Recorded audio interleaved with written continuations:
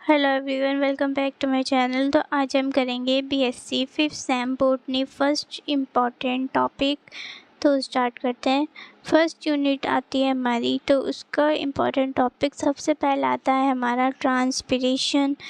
ठीक है, और ट्रांसपिरेशन और ट्रांसफॉर्मेशन होगा, कुछ और होगा ये। और इसका है थर्ड टॉपिक हमारा गिल्टिंग एक्सपेरिमेंट, जो कि मोस्ट इम्पॉर्टेंट है। ठीक है, और फाइलम सैप, ये जो है इसमें ट्रांसपिरेशन और गिल्टिंग एक्सपेरिमेंट जो है हमारा लॉन्ग्स में आता है। ठीक है, नेक्स्ट आती है हमारी यूनिट क्रीप साइकिल, ग्लाइकोलाइसिस और pyruvate aerobic and electron transport system, जिसमें से सबसे ज़्यादा इम्पोर्टेंट क्रीप साइकिल ग्लाइकोलाइसिस है, जो कि लॉन्ग क्वेश्चन में आपको मिलेगी ही। ठीक है, नेक्स्ट आता है आपका यूनिट 3, जिसमें नाइट्रोजन फिक्सेशन, नाइट्रोजन साइकिल के बारे में पूछ सकते हैं। लॉन्ग में भी आ सकता है, 7 to 8 वाले में भी आ सकता है। ठीक है, तो स्किप ना करें। यूनिट 4 में आपकी आएगी C3 और C4 साइकिल। ठीक है, जिसको कैल्विन साइकिल भी बोलते हैं। ठीक है, और इसमें आती है हमारी glycoside cycle, electron transport system, जो कि मोस्ट इम्पॉर्टेंट है। ठीक है, तो इसमें लॉन्ग क्वेश्चन 2 बनते हैं हमारे ज़्यादातर।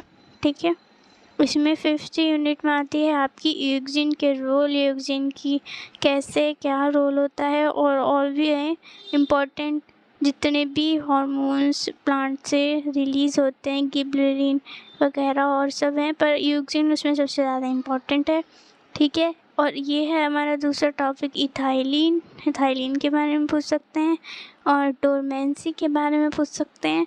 ठीक है, यूनिट 6 में आपके आती है कार्बोहाइड्रेट रोल, जो कार्बोहाइड्रेट के क्लासिफिकेशन और रोल आप बता सकते हैं। मोनोहाइड्रेट, पॉलीसेक्राइड, इन तीनों के क्लासिफिकेशन पूछ सकते हैं, और ये जो है शॉर्ट में आएगा, 7 to 8 में आएगा।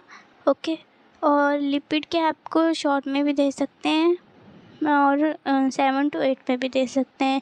ठीक है, तो ये आपकी डिफ़ाइन भी पूछ सकते हैं, इनमें क्लासिफिकेशन भी पढ़ के जाएँ, इनके बारे में एग्जांपल भी पढ़ के जाएँ। ओके, ये आपको मिलेंगे ही मिलेंगे पेपर में। यूनिट 7 में आपका आता है प्रोटीन स्ट्रक्चर। प्रोटीन स्ट्रक्चर के बारे में पूछ सकते हैं, प्रोटीन की क्लासिफिकेशन, उसका डायग्राम, सब चीज़ करके जाएँ। डीएनए की पूरा एक पैराग्राफ तो अच्छे से पढ़ के जाएँ। और आपके यूनिट 8 में आता है एंजाइम, एंजाइम की मैकेनिज्म और एंजाइम के एक्शन, ये सारा आपको पढ़ के जाना है अच्छे से। तो ये आपकी यूनिट 8 तक इम्पॉर्टेंट टॉपिक हो गए हैं, जो आपके मोस्ट इम्पॉर्टेंट हैं। ओके, आप इन्हें स्किप ना करके जाएं। So subscribe for more update. Okay, bye.